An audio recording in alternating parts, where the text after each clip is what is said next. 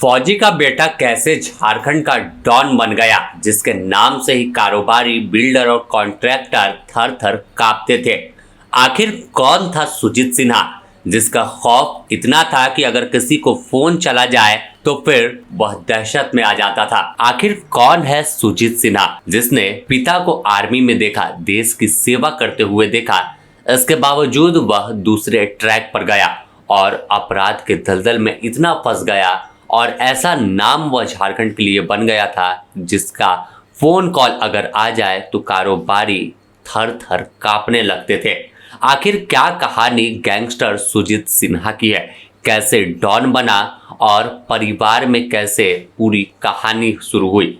सबसे पहले अगर बात करें तो गैंगस्टर सुजीत सिन्हा पलामू जिले के हुसैनाबाद थाना क्षेत्र के पथरा गांव का रहने वाला है। इसी गांव में वह पला बड़ा और 8वीं 9वीं तक की पढ़ाई उसने गांव के ही स्कूल से किया है। शुरुआत में वह खेलता कूदता और पढ़ाई करने स्कूल जाता, लेकिन जब 9वीं की कक्षा वह पास कर चुका था, 9वीं क्लास से ऊपर अब गया, तो 10वीं में पढ़ाई करने के लिए पिता ने उसे डाल्टनगंज भेजा। डाल्टनगंज में वह जैसे ही गया, वहां उसकी मुलाकात कुछ शरारती तत्वों यानी बदमाशों से हुई, जो बदमाश लड़के होते हैं उससे हुई। देखते ही देखते यह उनके ग्रुप में शामिल हो गया और फिर कहा जाता है कि यह उस वक्त करीब 90 के समय की बात है, 90-95 की, जब यह बैग में अपने हथियार लेकर घूमता था, कट्टा लेकर घूमता था।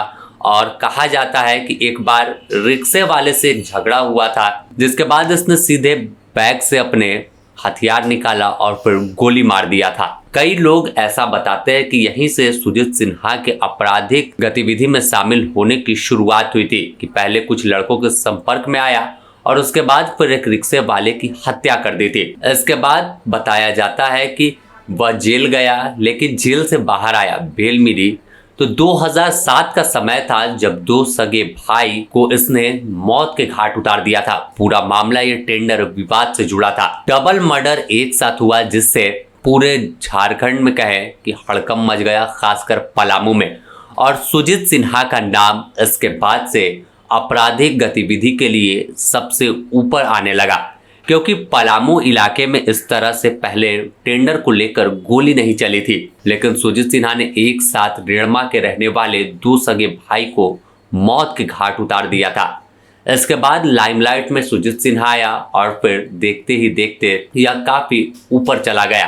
कई वारदातों में इसका नाम सामने आया। करीब 60 से ज्यादा मुकदमे पूरे झारखंड के अलग अलग जिलों में इसके ऊपर दर्ज है। अगर इसके पारिवारिक बैकग्राउंड की बात करें तो बताया जाता है कि इसका जन्म हुसैनाबाद के पथरा गांव में हुआ था और इसके पिता आर्मी में जीडी क्लर्क के पद पर तैनात थे। पिता का नाम चंचल कुमार था, लेकिन 1980 से 83 के बीच का समय था जब इनके पिता का साया इनके सर से उठ गया था, उनकी मौत हो गई थी। इसके बाद सुजीत के सर पर कोई वैसा साया नहीं था जो इसे सही रास्ते पर ले जाए, और यहीं से कहा जाता है कि सुजीत पूरी तरह से अकेला हुआ और उस वक्त गलत लोगों के संपर्क में आता चला गया और आखिरकार वह आपराधिक गतिविधि में लगातार शामिल होता गया। इस बीच कहा जाता है कि श्रीवास्तव गैंग में भी यह शामिल हुआ और श्रीवास्तव गैंग में यह सबसे भरोसेमंद शूटर के रूप में सुशील श्रीवास्तव का एक दाहिना हाथ के रूप में काम कर रहा था। इसके बाद कई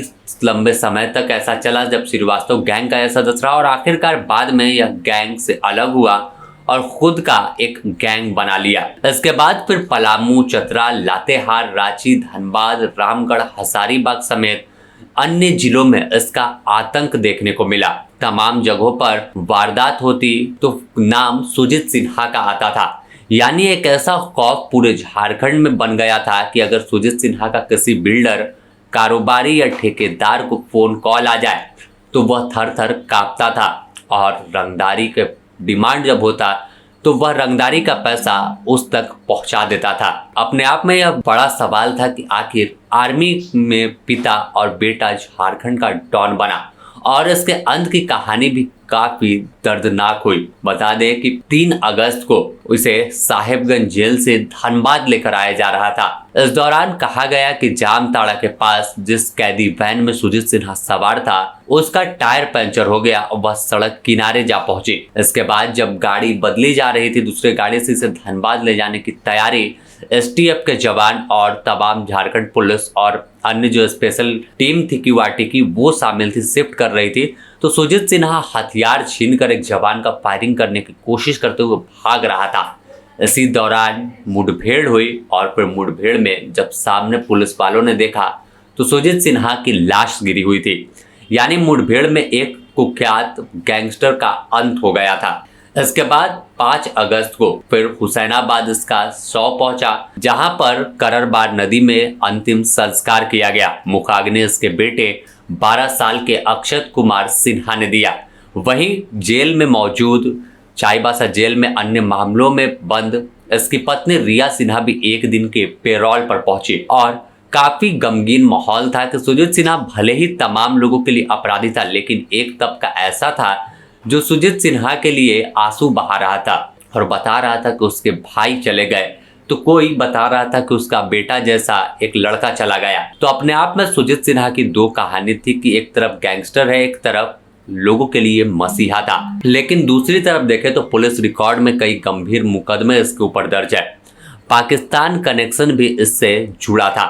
पुलिस ने खुलासा किया था कि यह हथियार पाकिस्तान से मंगाता है और अपने गैंग में लड़कियों को शामिल कर ये पाकिस्तान से पंजाब इलाके में, पंजाब राज्य में हथियार ड्रोन से पहुंचवाता और फिर वहां से झारखंड तक आता था। हालांकि तमाम मामलों में पुलिस की अनुसंधान जारी है और पूरे मामले में तहकीकात की जा रही थी, लेकिन इस बीच जब एनकाउंटर हुआ तो फिर पूरी कहानी ही खत्म हो गई और सवाल छोड़ गई कि आखिर कैसे एक फौजी का बेटा झारखंड का डॉन बन गया।